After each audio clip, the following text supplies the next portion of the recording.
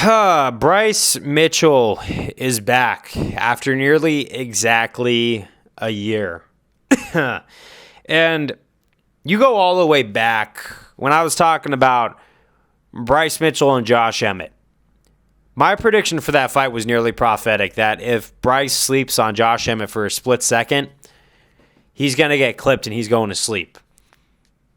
And it was the scariest knockout we've seen in UFC history, and that's expected when you go see Josh Emmett. If Josh Emmett hits you, you're going to have trouble. You can even watch the Ilya Topuria fight. I know Ilya won that fight decisively, but when he first started off and you just saw Josh Emmett, hit him with a couple things, it knocked him back a little bit. Josh Emmett has a gift for power punching, and he's one of the deadliest tests that featherweight has. A lot of people like to, make fun of his technicality or say he's not champ material.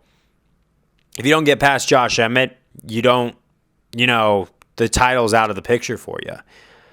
Which is why for Lerone Murphy, especially when Lerone arguably lost against Dan Ige, and Bryce and Dan Ige had a close fight despite Bryce winning, you could tell Bryce and Lerone are in a very similar ballpark. So if Lerone goes in with Josh Emmett, like he's been calling out, and he sleeps for a split second, and Josh catches him with something vicious, Josh Emmett has another soul in his win column. But Bryce isn't going against Lerone like I thought he should. In fact, honestly, even though he took a year off to recover from that gnarly knockout, and he's back, he's going up against another grappler at featherweight that we all know. He's very infamous right now, Kron Gracie. And I think that it's perfectly tailored for Bryce to come back and get his hand raised because Bryce needs a win now. He needs to beat somebody. Do I think he's ever going to be good enough for the title? Knowing that Ilya's got the title and seeing what happened when they fought, I don't think it's going to happen anytime soon, But he does at least want to be in the UFC in some retrospect, or he's getting back to his fighting roots. And honestly, taking time off to go farm and do whatever he does is probably going to serve him well. And then picking Kron Gracie, who obviously has shown to be lacking in the hands. Now the grappling is going to definitely be a very different ballpark. In fact, if it becomes a jiu-jitsu match, I think Bryce has a chance of having this fight backfire. I'm always saying there's always a puncher's chance Kron can win. And, Kron's probably going to want to make a stamp against someone like Bryce Mitchell because Kron needs redemption too. Kron has probably, versus Bryce Mitchell, who went out on his shield and owned up to the mistake he made and said himself, if Josh followed up with another shot, we wouldn't be having this because he probably would have unalived me, right? With Kron Gracie, when he lost against Charles Jourdain, I believe it was, man, he was fighting such non-ranked opponents trying to just get his way in there. To me, it just kind of felt like Kron Gracie was pointing the finger everywhere else. So it all comes down to accountability with this fight. And if it was just all about accountability, I have Bryce winning 100%.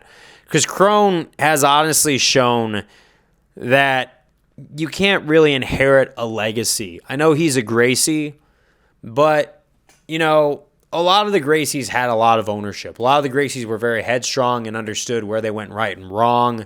It seems like Kron was kind of brought up in this family and set up to be who he is. But it's almost like he really needs to kind of be his own legacy instead of surfing on his family's wave. And I don't say that disrespectfully with Kron because I'm a huge fan of Brazilian Jiu-Jitsu. And Kron has amazing grappling matches when you watch his jiu-jitsu tournaments.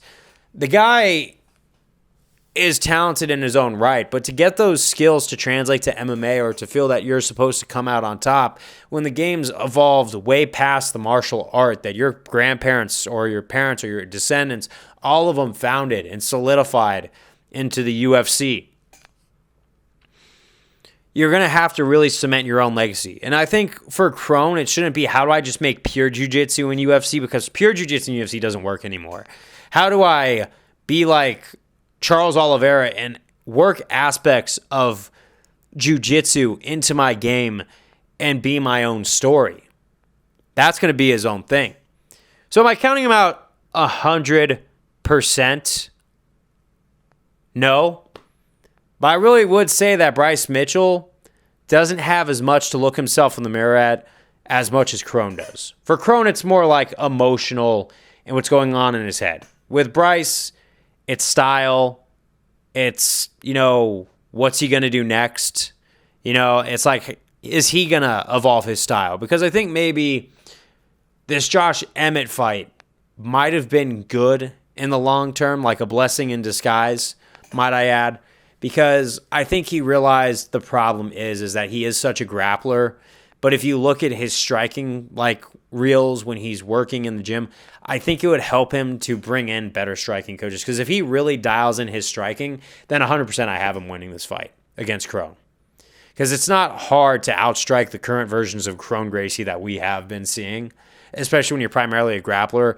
But if Bryce somehow on the off chance watches this, what could double his chances is really get more striking coaches in. I know you're probably feeling loyal to the people who you started training with, and that's okay. We all start somewhere, but eventually we move gyms or we go somewhere else or we, have to make a change just to learn and evolve because the UFC is so advanced that the people who succeed are the places who have been around the block, seeing what different flavors of the world has to offer, especially in the world of martial arts.